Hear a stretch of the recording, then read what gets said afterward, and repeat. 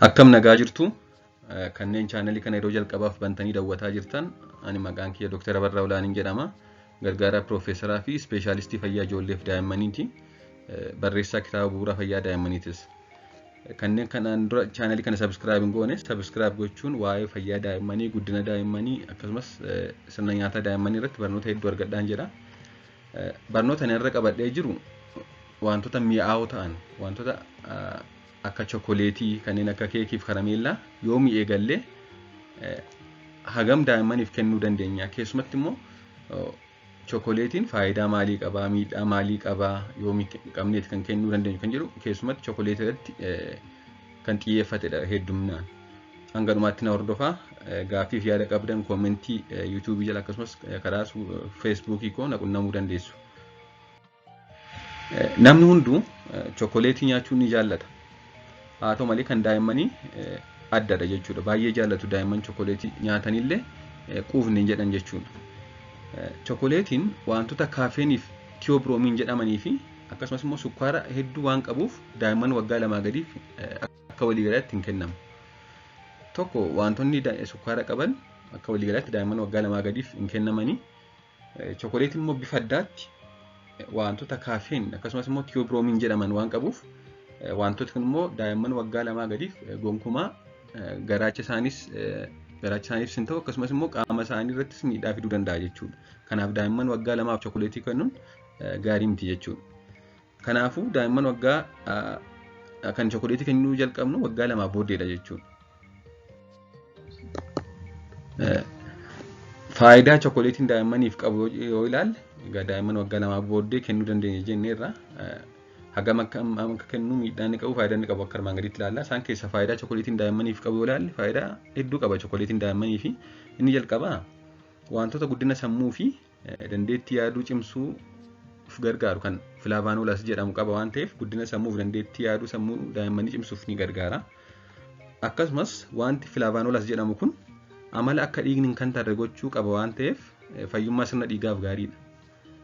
Fayyummaa sirna dhiigaa jechuun it prevents blood clots and improve blood circulation. Akka ifa ta'u jedheen afaan Ingiliffaa kaasee fayyummaa sirna dhiigaaf gaariidha jechuudha.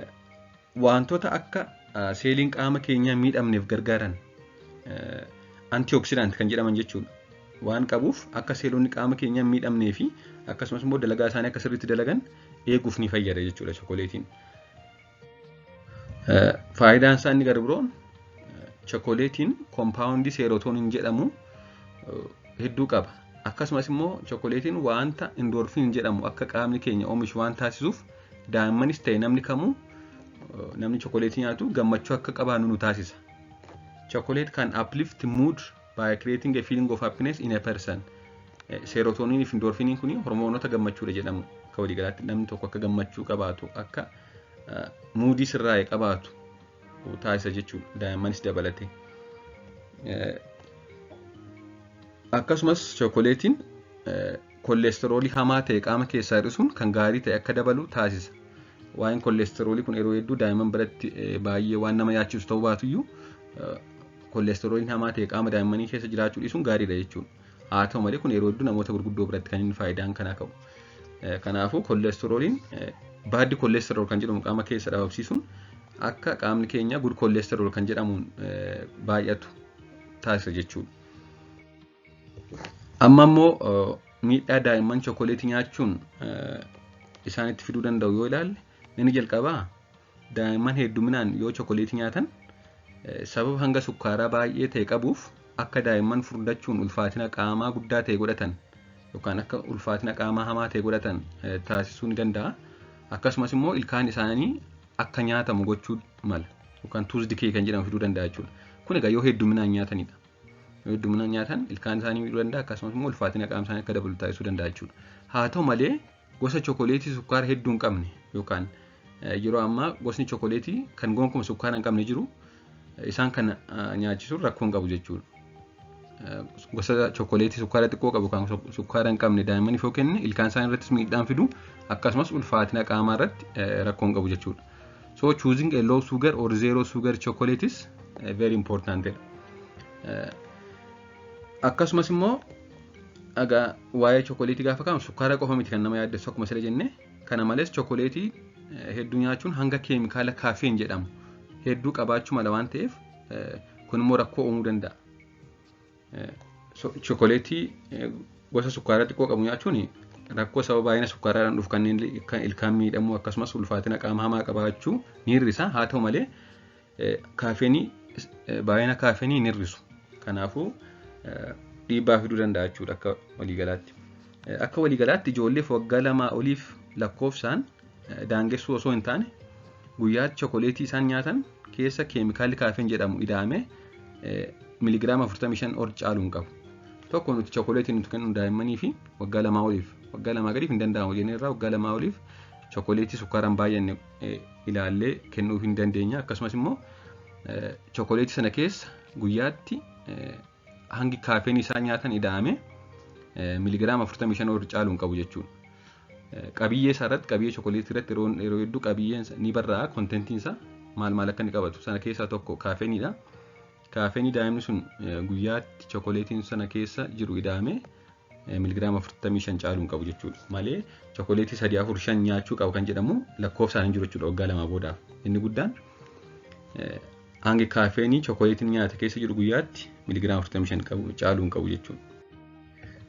Dabalataanis chokoleetiin amala alerjii fiduu waan qabuuf daa'immaniif chokoleetii yeroo kenninu ilaaluu qabna jechuudha. Tariitii qaama isaanii isaan ooksaa jira ta'uu ta'e haqqee fidaa jira ta'e akkasumas mallattoo alerjii kanaan dura kaaseen ture qofaatti alerjii nyaataa yookaan sinsinnaa'uu nyaataa kan jedhu viidiyoo hojjedheen ture isa ilaaluu dandeessu. Akka waliigalaatti chokoleetii yeroo daa'immaniif kenninu mallattoo alerjii ilaaluu qabna jechuudha.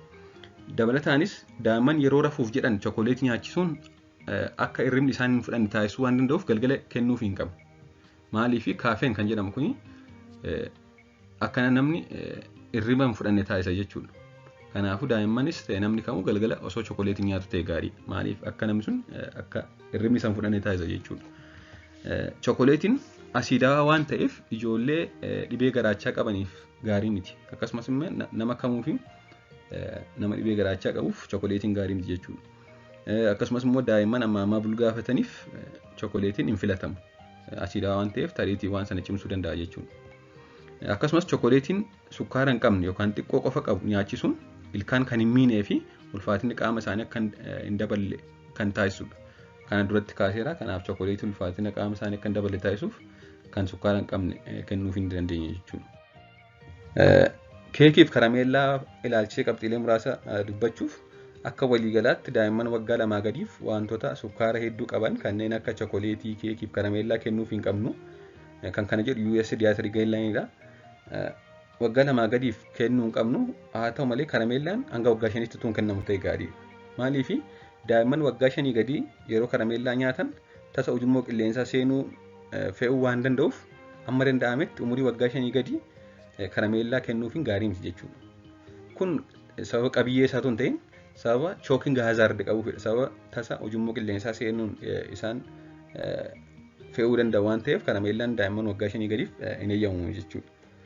Daa'imman waggaa 2 gadii keekii nyaachuu hin qaban jennee irraa waggaa 2 booda garuu torbanitti hanga si'a 3 ta'u yoo argatan hanga si'a 3 kennuufiin gaariidha jechuudha keekii.